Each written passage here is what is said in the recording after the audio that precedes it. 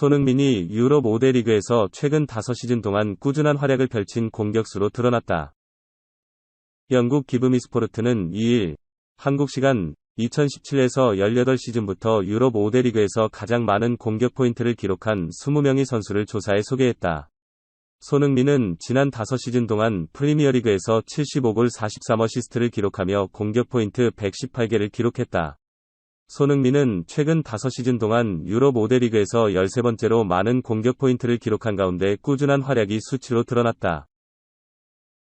손흥민은 토트넘 데뷔 시즌이었던 지난 2015에서 16시즌 이후 매 시즌 프리미어리그에서 10골 이상을 터뜨렸다.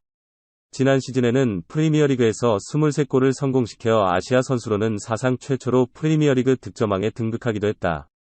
손흥민은 프리미어리그 통산 232경기에 출전해 93골 46어시스트를 기록 중이다.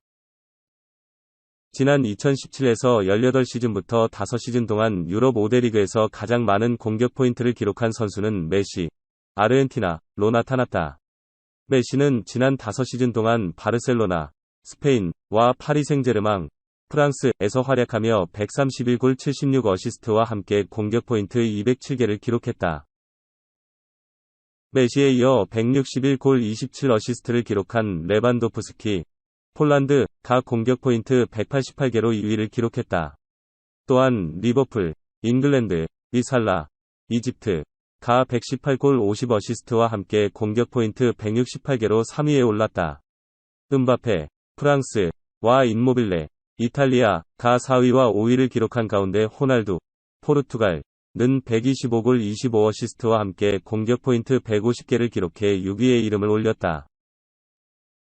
안토니오 콘테 감독은 예전부터 히샬리송을 높게 평가하고 있었던 것으로 보인다. 영국 디 애슬레틱은 2일 콘테 감독은 첼시를 이끌던 시절에도 히샬리송을 좋아했다.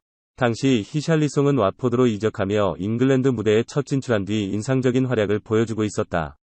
특히 콘테 감독은 그의 정신력을 높게 샀다고 보도했다. 토트넘 후스퍼가 히샬리송 영입을 완료했다. 토트넘은 지난 시즌 도중 콘테 감독을 선임하면서 전폭적인 지원을 아끼지 않겠다고 약속했다. 특히 유럽 축구연맹, 우에파, 챔피언스리그, UCL 진출에 성공하면서 전력 보강을 계획했다. 이를 위해 1억 5천만 파운드를 투자했다. 앞서 토트넘은 좌측면을 담당할 베테랑 미드필더 이반 페리시치와 백업 골키퍼를 맡아줄 프레이저 포스터를 영입했다. 이어 중원에 이브 비수마까지 추가했다. 그리고 네 번째 신입생이 바로 히샬리송이었다. 토트넘은 히샬리송을 영입하기 위해 기본 이적료만 5천만 파운드, 약 782억 원을 쏟아부었다. 구단 역대 2위다. 히샬리송 영입에는 콘테 감독의 강력한 의지가 있었다.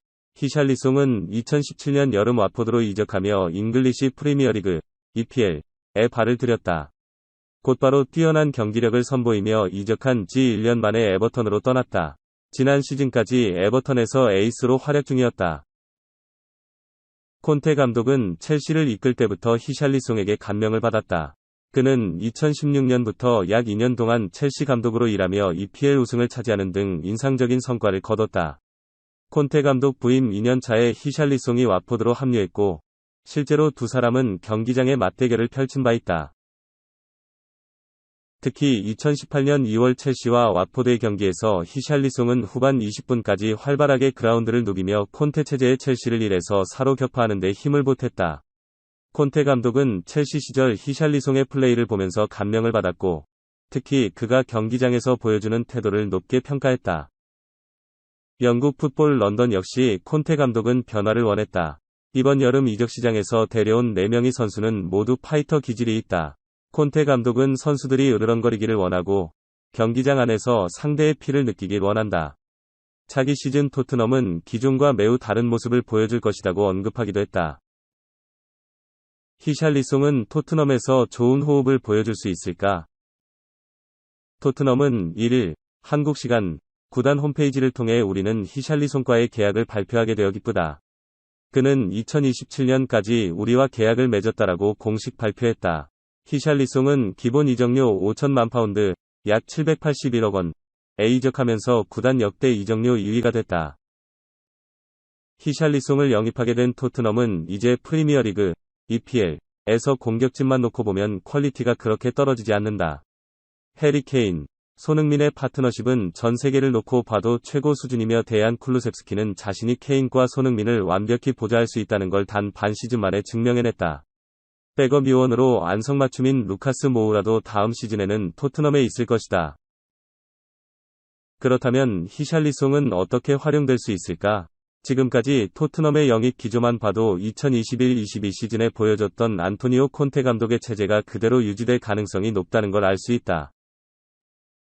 즉 콘테 감독은 3-4-3 포메이션 시스템에서 극적인 변화를 주기보다는 단점은 보완하고 강점은 살리는 방향으로 나아갈 것이다. 그럴 경우 손흥민과 케인의 역할은 크게 달라지지 않을 것이다. 결국 우측 윙포워드 자리를 두고 쿨루셉스키와 히샬리송이 경쟁하는 구도가 될 가능성이 높다. 히샬리송은 우측 윙포워드로 충분히 뛸 수 있을 뿐더러 좌측과 중앙에서도 뛸 수 있다. 이를 두고 영국 디 애슬레틱은 중앙과 좌측에서 뛸 수 있는 히샬리송의 능력은 케인과 손흥민을 모두 커버할 수 있다. 혹은 두 선수 중 한 명과 같이 뛸 수 있다는 걸 의미하기에 토트넘에게 더욱 매력적인 선택지였을 것이라고 주장했다. 히샬리송이 주전에서는 밀릴 수도 있겠지만 케인과 손흥민에게 휴식을 적극적으로 부여할 수도 있다. 두 선수는 최근 몇 시즌 동안 계속 혹사하면서 이제는 관리를 확실하게 해줘야 하는 선수들이다. 히샬리송은 지난 시즌에는 2차례 정도 부상이 있었지만 이를 제외하고는 한 달 이상 결장한 이력이 없다. 다만 손흥민과 히샬리송 조합이 가동될 경우에 송케디오와 같은 모습을 기대하기는 어려울 수도 있다. 히샬리송은 케인처럼 중원에서 내려와 볼을 받는 유형도 아니면 중장거리 패스에 능한 선수도 아니다. 케인이 찔러주고 손흥민이 마무리하는 그림보다는 두 선수가 페널티 박스 근처에서 움직임이나 짧은 패스 플레이를 통해 득점을 같이 만들어내는 장면이 자주 나올 것으로 기대된다. 크리스티아누 호날두는 지난 시즌 중 나는 리그 5위나 하기 위해 여기에 오지 않았다고 말한 바 있다. 메뉴가 챔피언스 리그에 잔류하지 못하면 떠나겠다는 것이었다. 메뉴 동료들의 분발을 촉구하는 발언이었다. 그러나 메뉴는 리그 6위로 마감하면서 챔피언스 리그 잔류에 실패했다.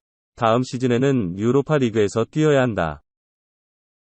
발동도르 5회 수상자가 유럽 최고의 리그인 챔피언스 리그가 아닌 유로파 리그에서 뛰는 것은 사실 굴욕일 수 있다. 결국 호날두는 챔피언스 리그에 있는 클럽에서 뛰기 위해 메뉴의 이적을 요청했다. 현재 호날두 영입에 관심을 보이고 있는 클럽은 바이에른 뮌헨과 첼시인 것으로 알려졌다.